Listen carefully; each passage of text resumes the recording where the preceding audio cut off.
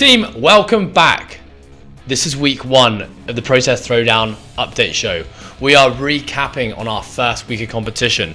Event 1 was a nasty Part A, Part B workout. It required athletes to start with a row for time, and then they had to complete an additional 40 burpees over the rower, and then had to repeat that row again. So a bit of strategy involved.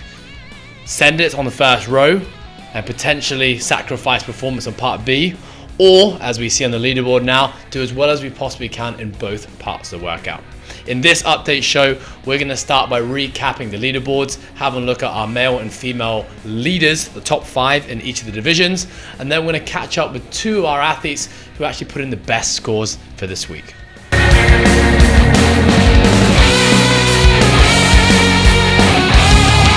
Without further ado, let's get into our first leaderboard. We are talking about the female live category.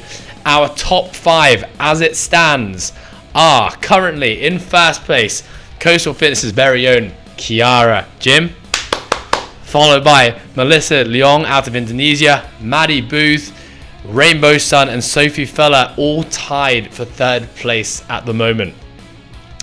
Looking at our live males, top of that leaderboard, we have Mitch Purvis. In fact, we got Kiwi domination 1 and 2, followed closely behind by Eremiah Tapsel, both 2 Coastal Fitness locals. Jason Davidson, Southern Hemisphere domination here actually, from Namibia, sits in 3rd, and James Jewell, an Aussie as well, sits in 4th place. So that 1st to 4th place in the male live division, all occupied by Southern Hemisphere athletes.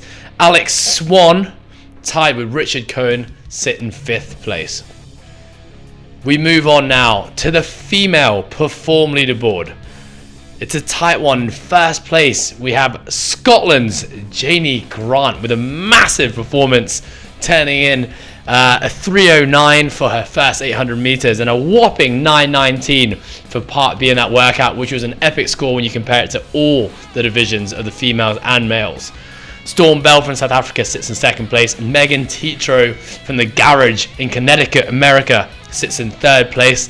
Erica Brandelius, an old Coastal favorite, now residing over in the US, turns up just on time to take part in the Process Throwdown. She sits in 4th. And massive mention here, Emily Crutchley, who has just had a baby not too long ago, returns to working out. Not only does she return to working out, she returns to her first competitive workout, being Process Throwdown Event 1, and currently sits in 5th place, where she is tied with Loxie. Well done to the ladies in our perform category.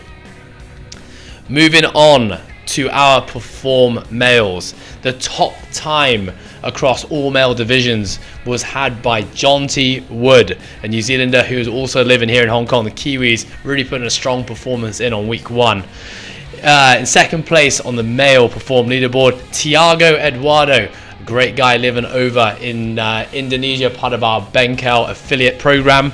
Liam Caldwell over in Dubai sits in 3rd, and we have the rugby player Charles Chung strolling in and snapping up 4th place, where he is tied with a Coastal Fitness favourite and OG, Tip Fleming, who is currently living over in the US, doing his workouts out of his garage. Well done to all those in the perform division. Let's move to our compete, starting with our females. Now, we had a bit of a tighter division here, and unfortunately 3 other athletes weren't able to do the workout. So we're gonna have a tightly contested competition between 6 athletes. In 1st place, we have Coastal Fitness's Katie Reggett, who snaps us first in both workouts. An epic 850 meter row in 2:59, and was able to finish off with an impressive time of 9 minutes and 18. Steph Pullman out of the USA in 2nd place currently. In 3rd, we have Natalie. I'm going to probably get this next bit wrong, but I'm going to try my absolute best. I see a Belgian flag there. Natalie Bruynug. I'm really sorry, Natalie. I should have looked at that before, but hey, it's too late now. We actually have 2 Belgians on this leaderboard. In 4th place, Amy Watson out of the UK, Newcastle. And in 5th place, we have Miss Stephanie Verkong. Well done, ladies, for getting that work done. Let's finish off this leaderboard recap by looking at our male compete athletes. In 1st place, out of Indonesia, he's an American, Matt Heller. with an impressive 3:20 on Part A and a 9:31 overall time for Part B. He trains in the Open Gym in CrossFit Tetuka, which is one of our affiliate gyms on the Process Programming. In second place, representing Samoa, we have Thierry Martel, who trains over in New Zealand, I believe. He's doing this competition with his brother Zav, who's a little bit further behind him. I'm sure that's going to be a tightly competed competition between those two. In third place, we have the big man Michael Sol out of Dubai representing Australia. We have Ali Rees in fourth place representing Newcastle, Great Britain, God Save the Queen. And in fifth place, Joe Halim, who's been a part of the Process program for a good couple of years now, head coach and business owner over at Bengkel S&C Indonesia, Jakarta, one of our affiliate clients. Well done to all those in the Compete Male program for getting it done this week.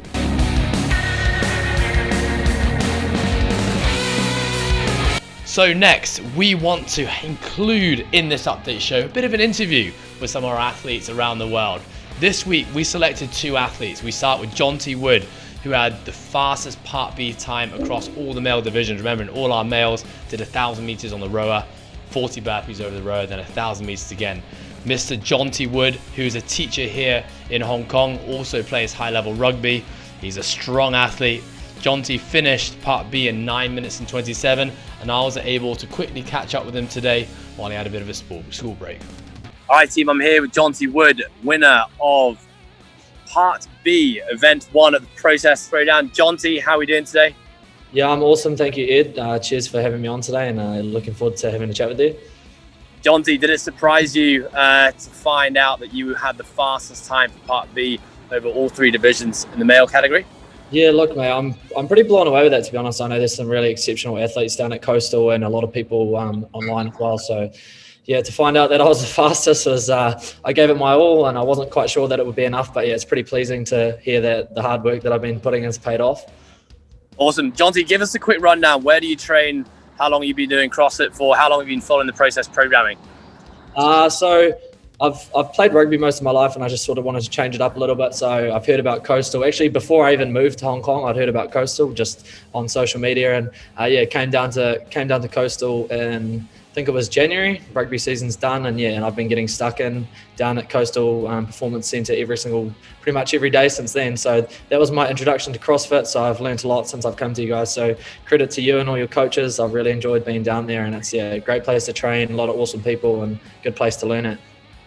Awesome, Jonty, and it's an absolute pleasure having you as a part of the community. Tell us real quick, what was your strategy going into this workout? It was an interesting one for me because I haven't done too much CrossFit, so that's one thing I've been working a lot was my pacing. So I've really found the Sunday sessions helpful with the endurance sessions. So I sort of knew that I could probably hold the row pace somewhere around 140 for my first row. So I thought if I could do that, that would give me a good chance, and it would hold me in pretty good stead for Part A. So you stuck to my guns with that, held a pretty much 140. Burpees over the row has been something I struggle with. So look, not too much strategy for me there. I just did the best I can, tried to keep moving the whole time, jump back, step up, took your tip actually using the outside leg each time to step forward, and just getting over that rower as quickly as I could. And then I jumped back on the rower, and to be honest, this was probably the hardest part for me was the second row. That really, really hurt. Just the back, the legs, everything was going. And look, I just tried to hold that same pace again. 140 was my goal. And I knew that just looking, I had the time in front of me the whole time. And if I knew I held 140, I knew it would put me in a pretty competitive position. So I think the biggest thing for me was just trying to stay consistent across the whole thing. There was no point setting any records in the first part for me. And then dropping off so much in the second one. So yeah, consistency for me across the board was a big thing. Yeah, awesome. And I think this workout was all about consistency. And I think you finished third in the Perform division for the Part A, and then finished first overall. Finished first in Part B, and then first overall on the leaderboard. To close us off, Jonty, what are your thoughts on week 2? What do you think we're going to see for the workout? I reckon for the subscribers like Ali Reese, they might be a bit more impressed this weekend with there could be a barbell in hand and maybe a little bit of gymnastic stuff, which is probably not my forte. So yeah, I really wanted to target that event 1 because I knew there wasn't too many complicated movements. So I'll be very surprised if there's not a barbell and some gymnastics movements this week. Awesome. All right, Jonty, well, fantastic work in week 1. Thanks for jumping on, and we'll see you in week 2. Cheers, Ed. Thank you very much, and best of luck to everyone competing, and I hope you all enjoy it. And when we look at the female division, looking across the 3 leaderboards, live, perform and compete, of course we had some slightly different row distances, but they're appropriately scaled based upon the abilities of our athletes.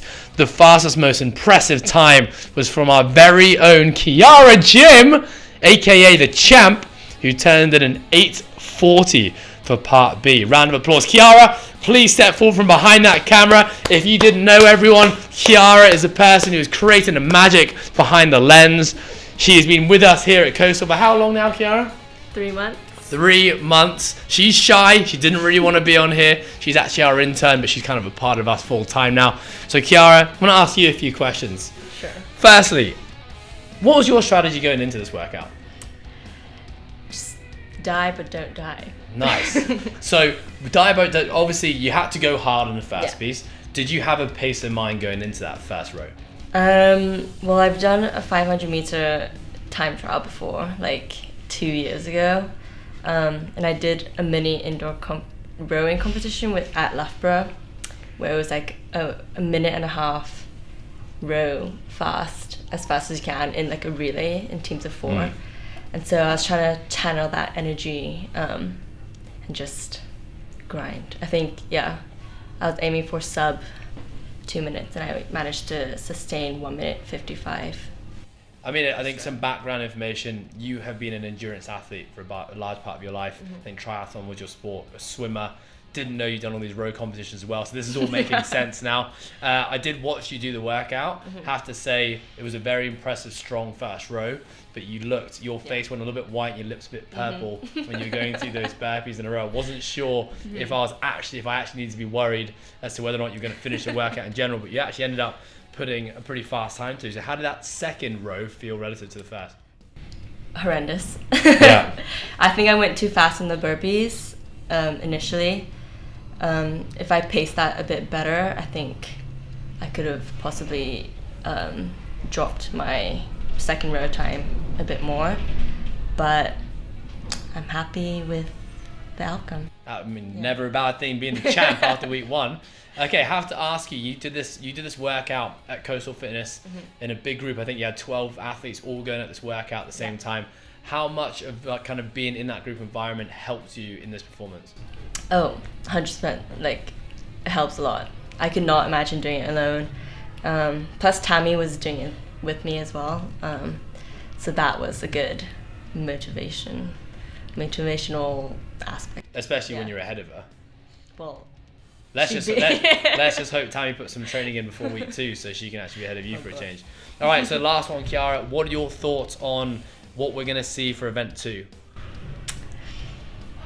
Well, I don't really know.